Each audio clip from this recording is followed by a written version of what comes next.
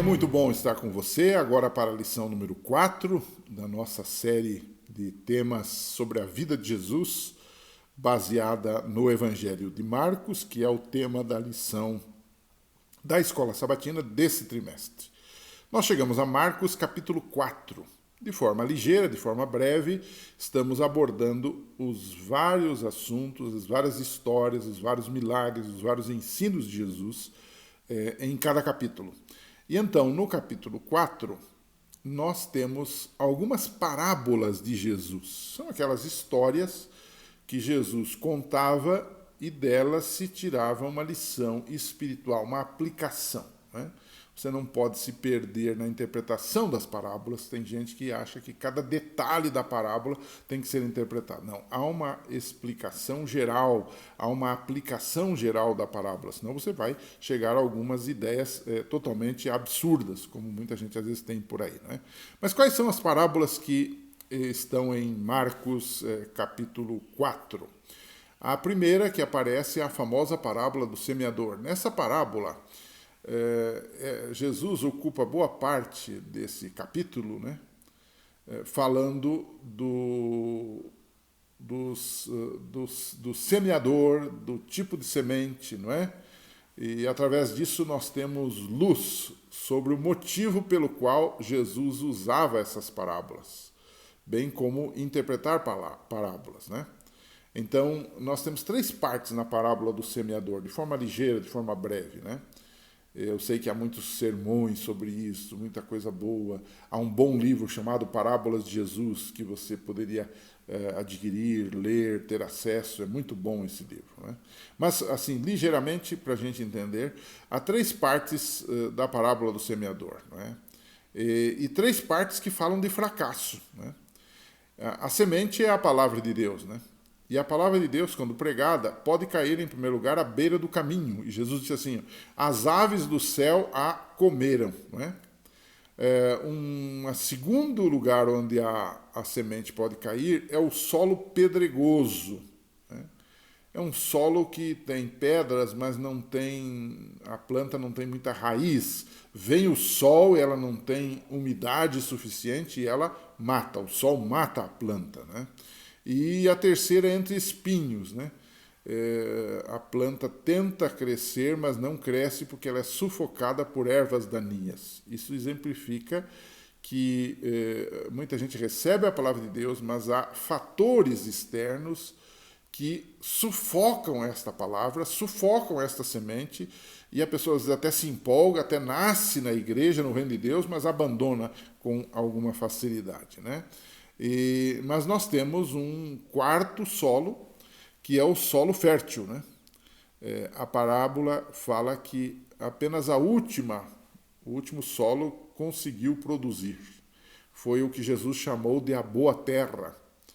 Nela, a semente, que é a palavra, e os diferentes solos representam os diferentes tipos de ouvintes que o Evangelho tem.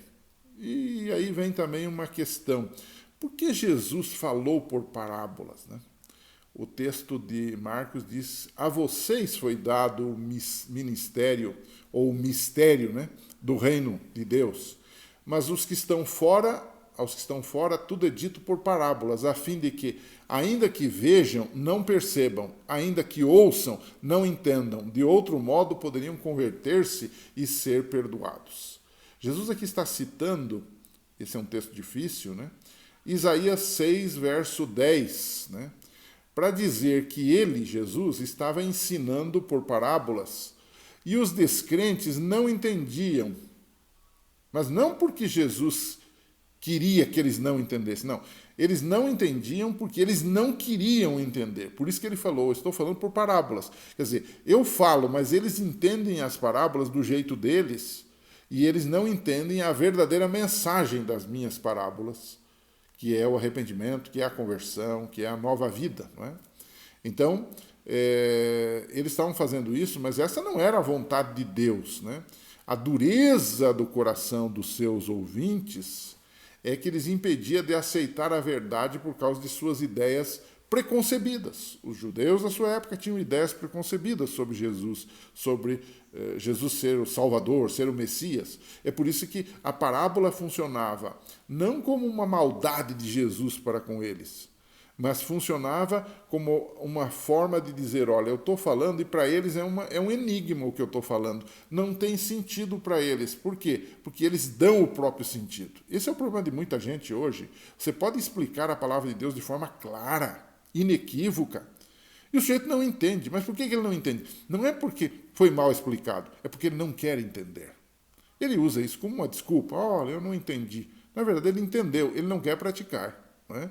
Então, o solo, nesse caso, é pedregoso, é arenoso, né?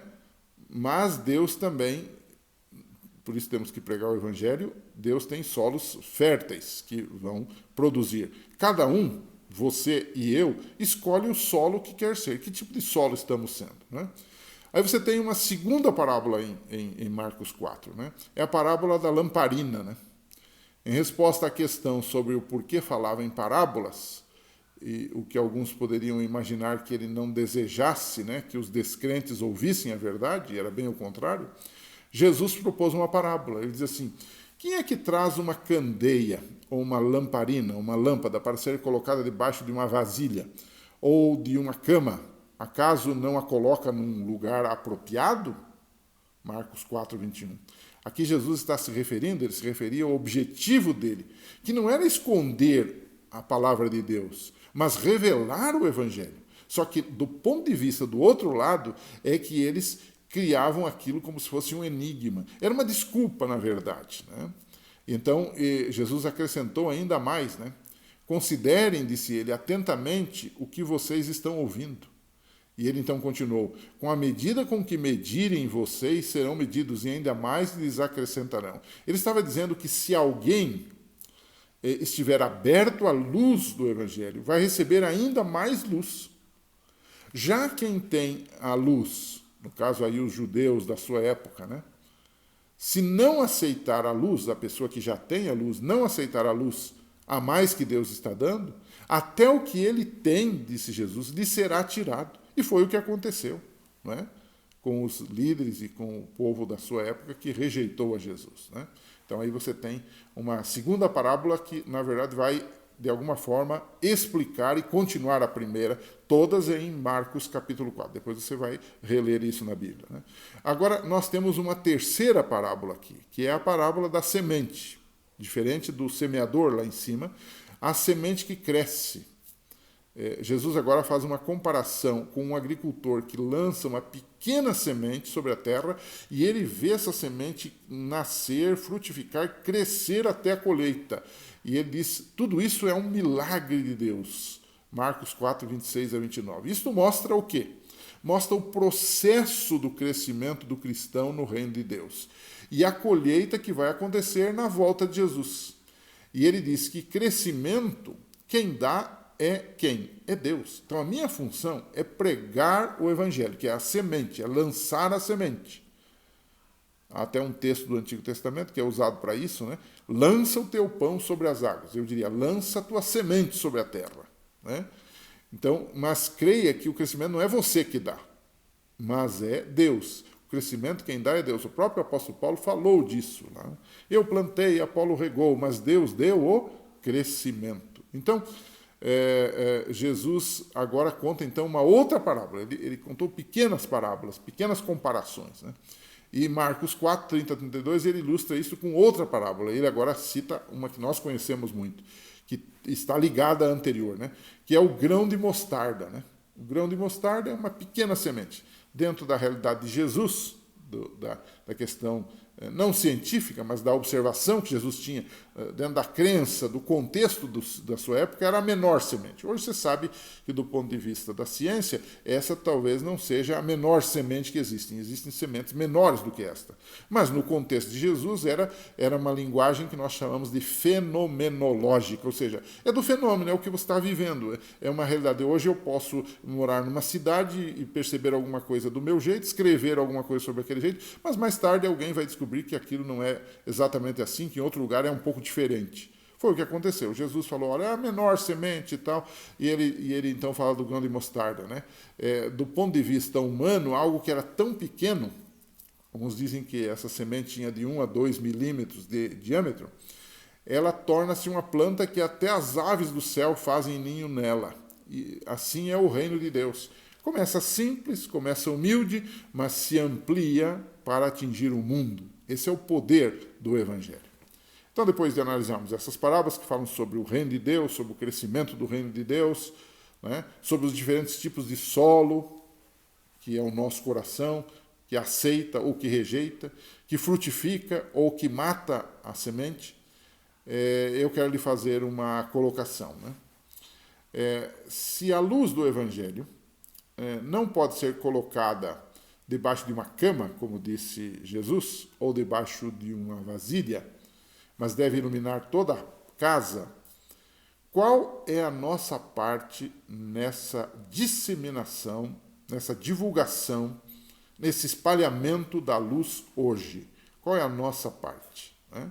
Esse texto mostra que Jesus estava dizendo ao povo da sua época que ele não veio para esconder, mas ele veio para revelar. Né? Para nós, hoje, o significado é ainda mais amplo.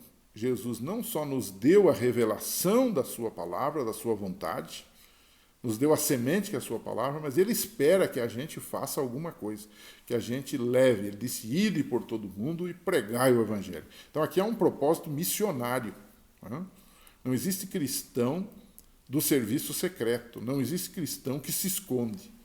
Então a minha pergunta é, se a luz deve ser colocada no velador e não debaixo da cama, que é um lugar escondido, o que eu estou fazendo?